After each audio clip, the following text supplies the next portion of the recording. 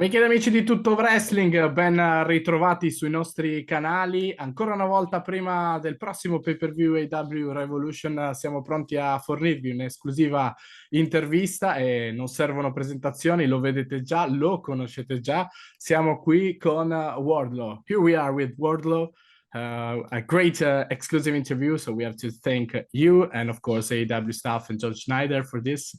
I'm so excited to have you here. I'm so excited about this interview with the sex symbol, fashion model, and here we are with Wardlow. What an intro. Thank you.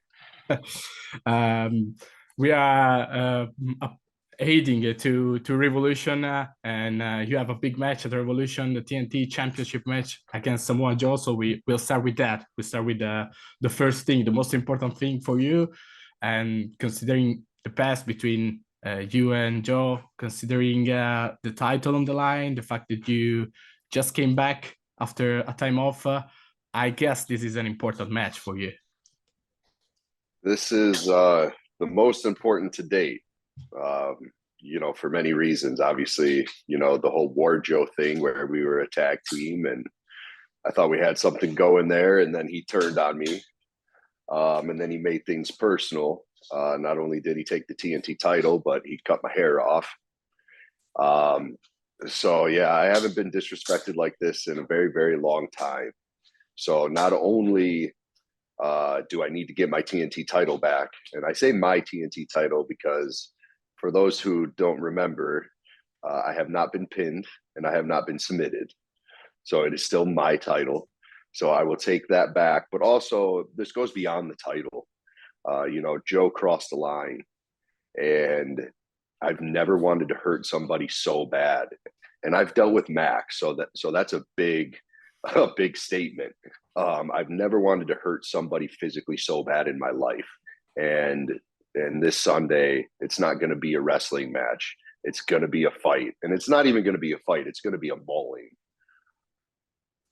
Considering the fact that you were looking at some wrestler when you started that are like high flyer and something like this, and Samoa Joe is a big man, but also a man who can do high flying move, has a lot of technique. It's gonna be something maybe unseen before with two big men like you that can do a lot of different things in the ring.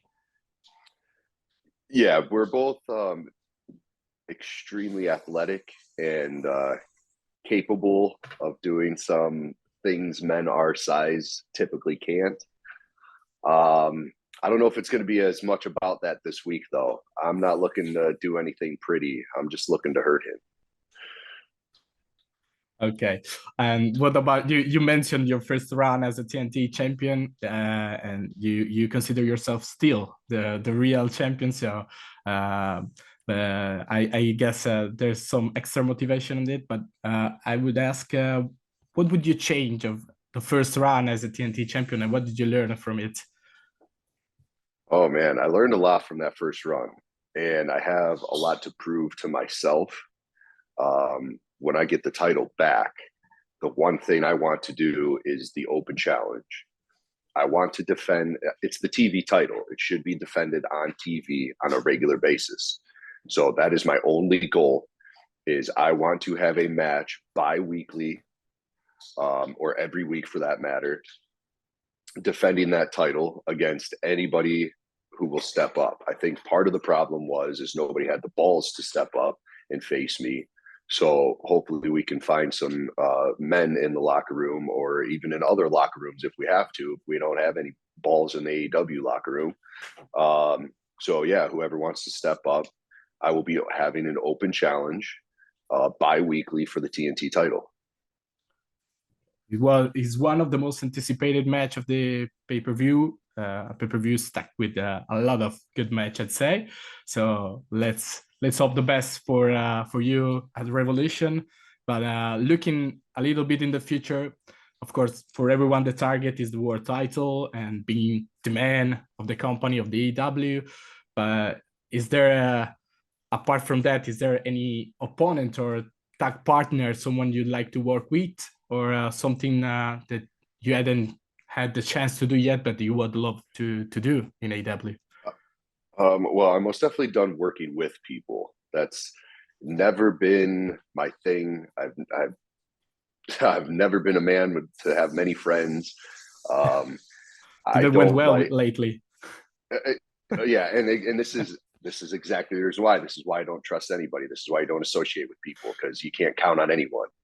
I'm better off alone. The only people I would ever team back up with are Cash and Dax, because those are my boys forever. Unfortunately, they've been missing, so that's probably out the window anyway. So no, from here on out, it's just Wardlow. As far as people on the list, there's a lot of people I want to fight, like John Moxley, Kenny Omega. You know, whoever walks around the locker room calling themselves the best, that's who I want to fight, because they're not. Obviously, the very tippy top of that list is the man that says he's better than everyone, and we all know it, except I powerbombed him 10 times and pinned him with my foot on his chest, so he ain't better than me. So once I get that TNT title and I plow through the entire roster, I want to be the first man to hold the TNT title and the AEW heavyweight title simultaneously. You speak about MJF, of course, and you have often been asked in the past what it was like to be side by side with him, how is Max in real life. But what I want to ask is how much the time you spent with him helped you, and in which kind of a way helped you. So obviously there's no denying that my time with him led to great things for me. However, my time with him was fairly miserable for the most part. What you see with Max on TV is what you get. And I would even take it a step further to say who he is in real life is even worse than what you see on TV. And that's not a gimmick. That's not, you know, this is real life. Like, he's really a piece of shit. Excuse my language, but, you know, I've never met somebody that just lies so much and just blatant lies that, like, you know, he's lying, and like, he knows, you know, he's lying, but he still does it. So yeah, I really look forward to putting him back in his place for good. Okay, and what about talking about your early career, your beginning as a wrestler? I'd say it's clear that you're living your dream. You said it multiple times. But what about the very beginning of that? Was it tough? Do you have any doubt at some point, maybe? Or how were your early days? Most definitely had my days of doubt. There was a lot of heartbreak along the way on this journey to get where I am today. You know, unfortunately, after high school, I didn't know indie wrestling was a thing. I didn't know where to go, where to start. So I did get started a little later than I anticipated. But once I found that there was a wrestling school in Cleveland, Ohio, I was there the next week, and I never looked back. And throughout my journey on the indies and tryouts with WWE, you know, I went through a lot of real personal life stuff, a lot of loss, and most definitely had times where, you know, I didn't think it was going to happen, but I just kept going. And no matter what happened in life, personally, professionally, the no's, the doors closed, I just kept knocking doors down until finally this one opened.